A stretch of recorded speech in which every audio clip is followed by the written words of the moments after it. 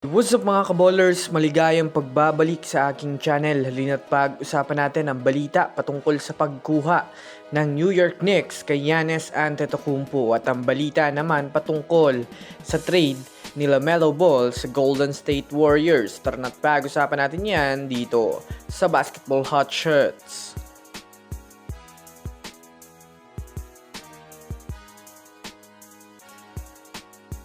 Una nga muna tayong dumako mga kaballers sa balita patungkol sa pagkuha ng New York Knicks kay Giannis Antetokounmpo. Well, alam naman nga natin mga kaballers ngayon na sa likod nga ng magandang lineup ng New York Knicks ay halatang halata nga po mga kaballers na hindi nga ito masyadong napapansin ngayon sa pagsisimula ng NBA season. Kahit man nga po mga kaballers sobrang lakas ng mga player ang kanilang nakuha, ay tila hindi pa nga nila mga kaballers nakukuha masyado ang tamang rotation para sa kanilang mga manlalaro. Kumbaga, kahit man nga po mga kaballers ang mga fans ng Knicks ngayon ay medyo hindi masyadong nagbibigay ng tiwala sa kanila dahil na rin naman sa nakakaya pa rin nga itong madumina ng ilang mga teams sa Eastern Conference. Kaya dahil nga dyan mga kaballers, mas lalo nga pong umiinit ang trade ngayon ni Giannis Antetokounmpo sa kanilang kupunan dahil wala nga daw ibang solusyon ng Knicks kundi maglaan talaga ng sapat na assets para makuha ito si Giannis Antetokounmpo.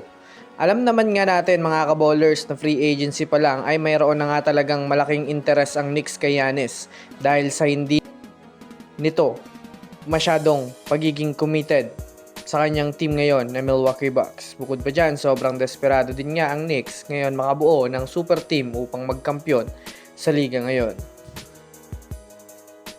Samantala, pumunta naman tayo mga kaballers sa balita patungkol sa trade ni LaMelo Ball sa Golden State Warriors. Well, alam naman nga natin sa ngayon mga kaballers, sa kabila nga po mga kaballers ang pagkakaroon ng GSW ng 11-11 record sa Western Conference at nananatiling nasa ikapang-8 ay hindi nga talaga maiwasan na may mga magsilabasan ng mga potential trade na magpapagulat sa buong Warriors Nation.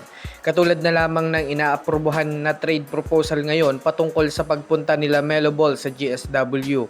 Yes mga kaballers, matapos nga pong inilabas ang trade ni LaMelo Ball ay numero 1 na nga pong itinulak na team sa kanya. Yan ay ang team ng GSW na alam naman natin na desperado nga ito mga kaballers makahanap ng bagong future player na maaaring pumalit kay Stephen Curry sa hinaharap. Kilala naman nga natin mga kaballers itong si LaMelo Ball bilang isa sa mga tinitignan na susunod na henerasyon ng NBA. Kaya naman hindi na rin naman nga mapigilan ng mga Warriors fans na maging excited sa magiging trade na ito. Kumbaga, para nga sa Warriors fans, approve na nga sa kanila ang maaaring pagpunta ni LaMelo Ball sa GSW bilang future superstar nila.